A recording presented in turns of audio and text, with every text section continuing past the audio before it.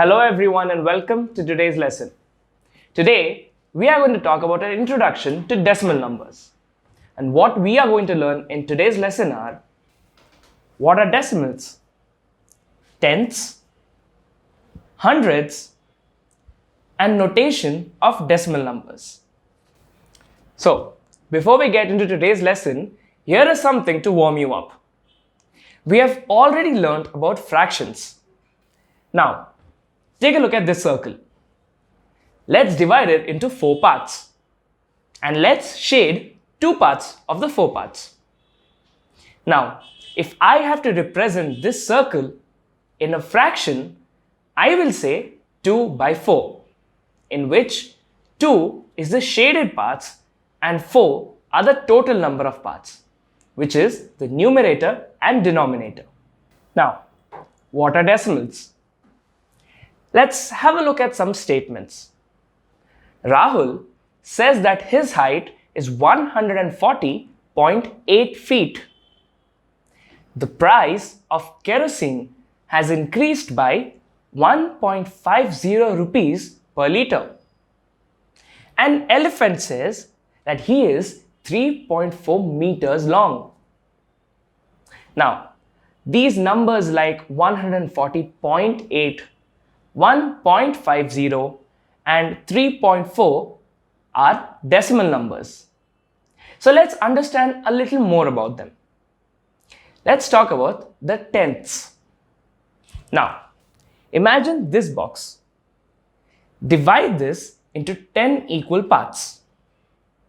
Now, if I shade one of these 10 equal parts, in fractions, we can say that this is a 1/10 or a 1 by 10. We can write the same fraction in decimal form as 0.1. Now let's look at another example. If I shade 2 parts of this 10 equal parts in blue color, we can say that this fraction is 2 by 10. And in the decimal form, we write this as 0.2. Another example for your clarity. If I shade 4 parts of these 10 equal parts, we can say that the fraction form will be 4 by 10 and the decimal form will be 0.4. Now, I hope you understood that. Let's test it out with an exercise. I'll help you with the first question. So, here we have a box and the question is 3 by 10. So, we have to shade 3 parts of these 10 equal parts. After that, we need to write the decimal form of 3 by 10, which is pretty simple, 0.3. Now, let's talk about hundredths. As you know, we took one box and divided into 10 equal parts or 10 equal columns. If I shade one of those 10 columns, we write it as 1 by 10 or 0.1. Now, let's divide the square into 10 equal rows. What we get are 100 small squares. Now, if I pick any one of these squares, that means I will be taking 1 out of 100 equal squares. And in fractions, I write this as 1 by 100. And in decimal form, it is written as 0.01. Now, to understand better, let's go with another example. Here we have 12 of 100 box shaded. So, if I remove 12 boxes from these 100 boxes, in fractional form, I can write that as 12 by 100. And in decimal form, we write that as 0.12.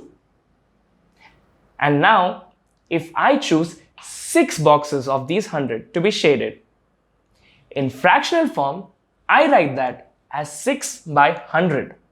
And in decimal form, it will be written as 0.06. Now I hope you understood that. Let's test it out with an exercise. I'll help you with the first question. So here we have a box with 13 shaded boxes. Now, the total number of boxes are 100. So, in fractional form, we write that as 13 by 100. And the decimal form of that will be 0.13. Now, let's discuss about the notation of decimal numbers. Have a look at these numbers. This is how we read them when we read them in the decimal form. 1.1, 15.8, 28.42. Now, we will not read the last number as 28.42 because the decimal point separates them. Every decimal number has three parts. We have the whole number, the decimal point, and the decimal part. In this case, the whole number is 28. The decimal point and the decimal part is 42. The whole number and the decimal part are separated by the decimal point. I hope you understood that. Here is something to test it out. I'll help you with the first question. We need to write the notation for the given numbers. Here is the first question. We write this number as 0.5.